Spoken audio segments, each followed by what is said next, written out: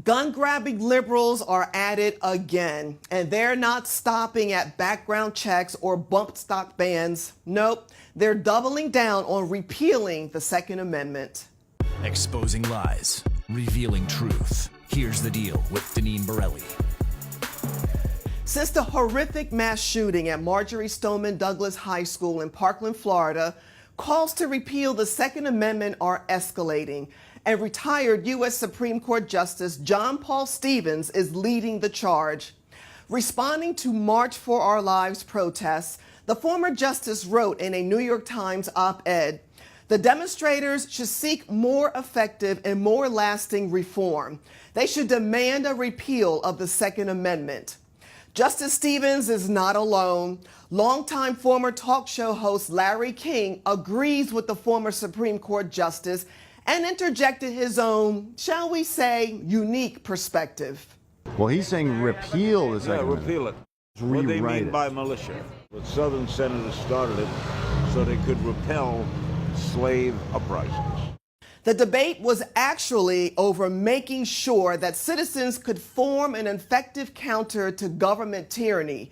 You know, like it did in that big revolution they had just won a few years earlier.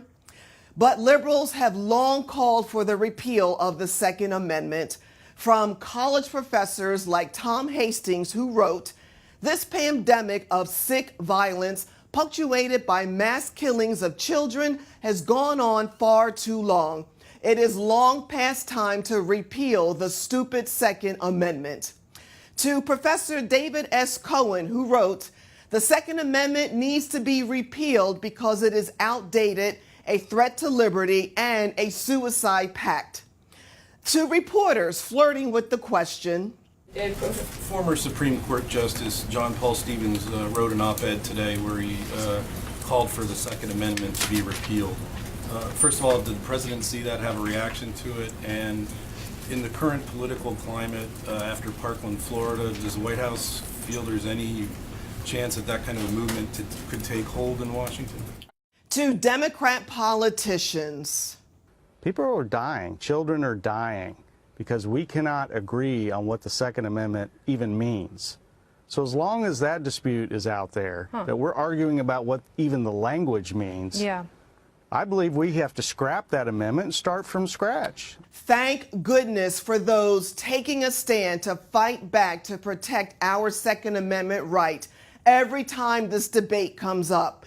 In a tweet, President Trump seized the opportunity to stand up for citizens' right to own firearms. The Second Amendment will never be repealed. As much as Democrats would like to see this happen, and despite the words yesterday of former Supreme Court Justice Stevens, no way. We need more Republicans in 2018 and must always hold the Supreme Court. And former Secretary of State Condoleezza Rice gives a compelling reason why she's a defender of the Second Amendment.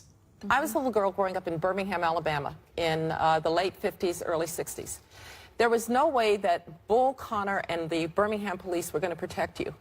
And so when white night riders would come through our neighborhood, my father and his friends would take their guns and they'd go to the head of the neighborhood, it was a little cul-de-sac, and they would fire in the air if anybody came through. I don't think they actually ever hit anybody, but they protected the neighborhood. Here's the deal. Calls to repeal the Second Amendment are driven by emotion, not facts. Consider the horrific mass shooting in Parkland, Florida.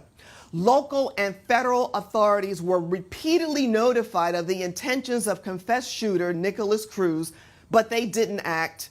Gun control advocates are ignoring the facts. The fact that 67% of gun owners cite protection as a major reason for owning a gun. The fact that a good guy with a gun can save lives, like Blaine Gaskell, who confronted an armed student at Great Mills High School in Maryland. And the fact that gun ownership levels the playing field, so women can defend themselves against physical violence. Instead, the liberals are blaming the NRA in pursuit of their gun-grabbing agenda, and they would love nothing more than to slowly chip away our gun rights. American citizens have the right to bear arms to protect our families and our property, and we must not back down. I'm Deneen Borelli with CRTV.